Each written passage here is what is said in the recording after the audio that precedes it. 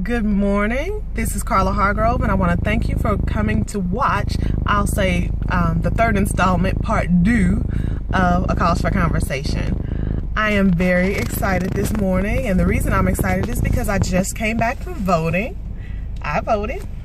And the reason I made it an effort to go ahead and go out and vote is because I recognize how important my vote really is.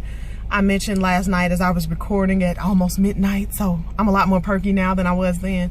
I mentioned last night how important you taking the time to go out and vote really is. You know, as much as you may think to yourself, I know my vote really doesn't matter, nobody really cares, the politicians aren't in it for me. You know what? All of those statements very well could be true, but what I will tell you and encourage you to do is get out there and vote anyway.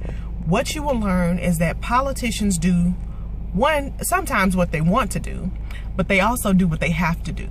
So far, our demographic has been so underrepresented that they have not had to do anything for lower class, lower middle class, African Americans, or minorities in general. They just haven't had to do anything for us. So now, as they see that we are starting to go out there more, and we are starting to actually go out and vote, they're going to have to start to do something. It may be a slow process. It may be a process that is frustrating.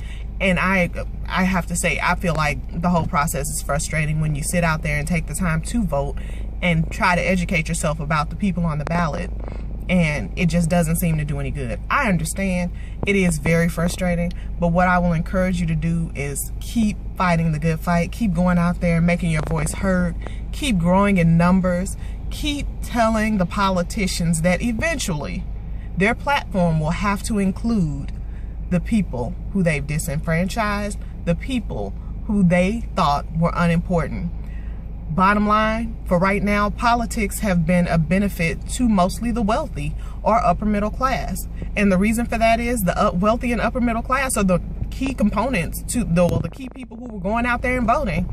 They're going to appeal to the demographic of people who are putting them in office. Right now, that may not always be the case. We are coming out there in numbers and we are making our voices heard. The more we come out, the more our issues will reach the forefront. This year alone, I think some of the issues that our communities suffer have been in front of the world. And the reason is we're starting to make our voices heard.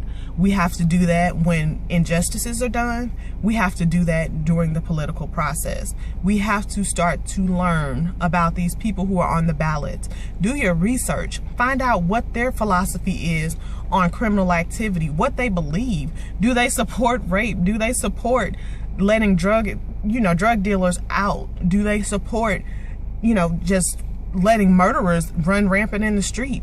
What are their philosophies on crime? How do they feel about the communities that they are encouraged to serve in? These are things that we have to learn about the people that we're putting in office, from the judges and everything else. Learn about those amendments. Don't just look at the cover story for the amendments. Look at the big picture, because sometimes that cover story is a beautiful one. But when you go out there and you look at the deep information, I'm sorry, someone almost just got hit, so it distracted me a little bit. I'm on the parking lot at my job. But when you really get deep into researching what those amendments entail and how they affect the communities and how they have such a lax policy in regard to how they can utilize money that's designed to go ahead and implement that amendment, sometimes you're going to want to vote no on something that you thought was a good yes vote. So I encourage you, get out and vote. I recognize that the voting process is a frustrating one. Actually, the voting process, I won't say that. The voting process is quick and easy and it's painless. The political process is the one that's frustrating. It is a dinosaur. It needs to be changed. And the only way that we will change it is by getting out there, having our voices heard, letting them know that they need to recognize the importance that we have in this voting process. Again, this is Carla Hargrove. You're listening to what I'm going to call the third installment, part 2 of A Cause for Conversation. And the focus is voting. And that is the most important thing that you can do for your future and your children's future.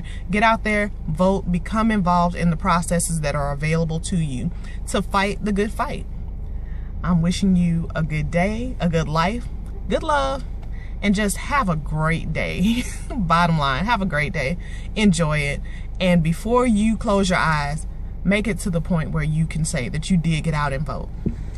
I voted. Hope you do too. Have a great day again.